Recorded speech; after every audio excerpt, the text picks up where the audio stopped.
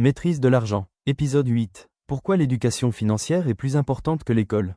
Introduction. Imaginez deux amis qui obtiennent leur diplôme dans la même université. Ils décrochent des diplômes similaires. Ils trouvent des emplois comparables. Ils commencent leur carrière avec le même salaire et les mêmes opportunités. 10 ans plus tard, l'un possède un portefeuille d'investissement en pleine croissance, détient des actifs productifs, a peu ou pas de dettes de consommation et avance régulièrement vers l'indépendance financière. L'autre vit de salaire en salaire, croule sous les dettes et se demande constamment où passe tout son argent. Que s'est-il passé? Ce n'était pas forcément une question d'intelligence. Ce n'était pas parce que l'un travaillait plus dur. Ce n'était pas parce que l'un avait eu plus de chance. Le plus souvent, la différence réside dans l'éducation financière. L'enseignement traditionnel nous apprend à gagner notre vie. L'éducation financière nous apprend à construire notre avenir. L'école peut vous préparer à une carrière. Les connaissances financières vous préparent à prendre des décisions intelligentes avec chaque euro, dollar ou dirham que vous gagnez. Dans l'épisode d'aujourd'hui, nous allons découvrir pourquoi l'éducation financière est peut-être l'un des investissements les plus précieux que vous puissiez faire, et comment quelques principes essentiels peuvent transformer complètement votre avenir financier. Leçon 1. L'école vous apprend à gagner de l'argent, pas à le gérer. Repensez à vos années d'école. Vous avez probablement étudié les mathématiques, les sciences, l'histoire, les langues, la géographie, peut-être même des matières avancées liées à votre profession. Mais combien de temps avez-vous consacré à apprendre? Comment établir un budget? Comment fonctionne l'intérêt composé? Comment évaluer un investissement? Comment les impôts influencent la création de richesses à long terme? Comment les dettes peuvent soit améliorer, soit compromettre votre avenir financier? Pour beaucoup de personnes, la réponse est simple, très peu. Et pourtant, ce sont des décisions qui influencent toute notre vie. Apprendre à gagner de l'argent est important. Apprendre à le conserver, à le faire fructifier et à le protéger l'est tout autant. Sans connaissance financière, même un revenu élevé peut disparaître étonnamment vite. Leçon 2. Le revenu à lui seul ne crée pas la richesse. Beaucoup de gens pensent que gagner davantage d'argent conduit automatiquement à devenir riche. L'histoire raconte pourtant une autre réalité. Des sportifs professionnels ont gagné des millions avant de faire faillite. Des célébrités aux revenus immenses ont perdu leur fortune. Des entrepreneurs ayant bâti des entreprises prospères ont pris de mauvaises décisions financières qui ont effacé des années d'efforts. A l'inverse, d'innombrables travailleurs ordinaires ont discrètement accumulé une richesse considérable grâce à une épargne disciplinée, des investissements réguliers et des dépenses réfléchies. Le revenu vous offre des opportunités.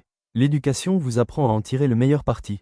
Le montant de votre salaire est important, mais la qualité de vos décisions l'est encore davantage. Leçon 3. L'éducation financière vous donne confiance. Imaginez que l'on vous propose une opportunité d'investissement. Sans connaissance financière, vous risquez de vous fier à vos émotions, aux rumeurs ou aux conseils d'inconnus. Avec une bonne éducation financière, vous posez de meilleures questions. Quels sont les risques? Quels sont les rendements attendus? Cet investissement correspond-il à mes objectifs à long terme? Suis-je capable d'expliquer son fonctionnement? La connaissance ne supprime pas toute incertitude, mais elle réduit les peurs inutiles. Plus vous comprenez l'argent, moins les décisions financières vous semblent intimidantes. La confiance est rarement le fruit de la chance. Elle est presque toujours le résultat de la préparation. Leçon 4. L'apprentissage ne s'arrête jamais. L'obtention d'un diplôme est souvent considérée comme la fin des études. En réalité, ce n'est que le début. Le monde continue de changer. De nouvelles technologies apparaissent, les marchés évoluent, les entreprises s'adaptent, des industries entières naissent presque du jour au lendemain. Les personnes qui cessent d'apprendre finissent par prendre du retard. Les individus financièrement prospères l'ont bien compris. Ils continuent à lire, à écouter, à observer, à poser des questions, à expérimenter avec prudence. Ils ne considèrent pas l'éducation comme une étape terminée. Ils la voient comme une habitude de toute une vie. Car chaque nouvelle connaissance élargit le nombre d'opportunités qu'ils sont capables de reconnaître. Leçon 5. Chaque erreur financière est une leçon. Si vous choisissez d'apprendre. Tout le monde commet des erreurs financières. Peut-être avez-vous acheté quelque chose que vous ne pouviez pas réellement vous permettre. Peut-être avez-vous laissé passer une excellente opportunité d'investissement. Ou peut-être avez-vous fait confiance aux mauvais conseils. La différence n'est pas de savoir si les erreurs arrivent. La différence réside dans votre réaction. Certaines personnes répètent les mêmes erreurs pendant des décennies. D'autres prennent le temps de réfléchir et se demandent « Que puis-je apprendre de cette expérience ?» Un échec ne devient vraiment coûteux que lorsque l'on n'en tire aucune leçon. Chaque revers contient une information précieuse. Utilisez-la, progressez, continuez d'avancer. C'est ainsi que la sagesse se construit. Leçon 6. Votre plus grand actif est votre capacité à apprendre.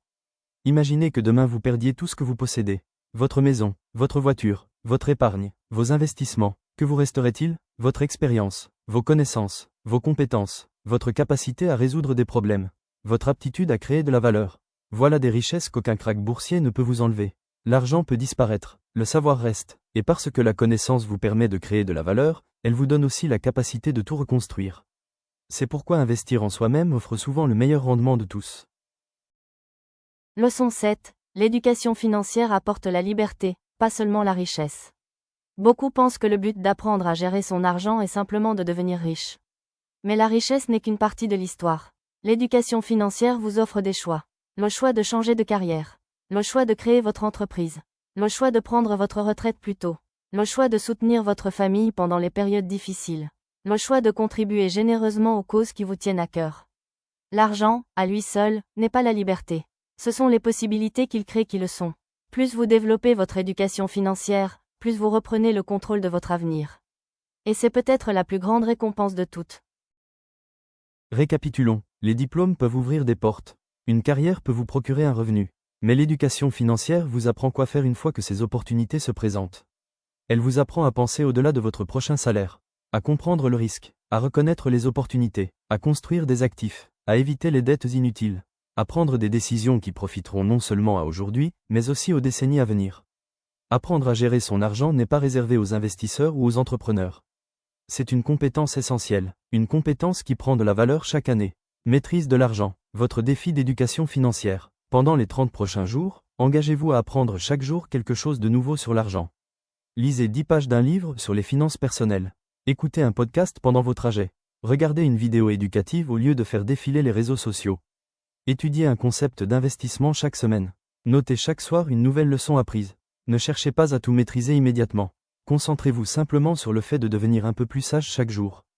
Souvenez-vous, les petites connaissances s'accumulent exactement comme les petits investissements. Conclusion. L'éducation ne s'arrête pas lorsque vous quittez la salle de classe. À bien des égards, c'est précisément à ce moment-là que commencent les leçons les plus importantes. Chaque livre que vous lisez, chaque concept financier que vous comprenez, chaque décision judicieuse que vous prenez, tous deviennent des briques qui construisent un avenir plus solide. Car la richesse ne se construit pas seulement en gagnant davantage. Elle se construit en comprenant davantage. Et ce qu'il y a de merveilleux avec la connaissance, c'est ceci, personne ne peut vous la retirer. Dans notre prochain épisode, Échapper à la rarasse, étape par étape, nous découvrirons pourquoi tant de personnes se sentent prisonnières d'un cycle sans fin où elles gagnent de l'argent uniquement pour le dépenser, et nous verrons des stratégies simples et réalistes pour commencer à retrouver votre liberté financière. D'ici là, restez curieux, continuez d'apprendre, et souvenez-vous, plus vous investissez dans votre esprit aujourd'hui, plus votre futur sera capable de reconnaître les opportunités de demain.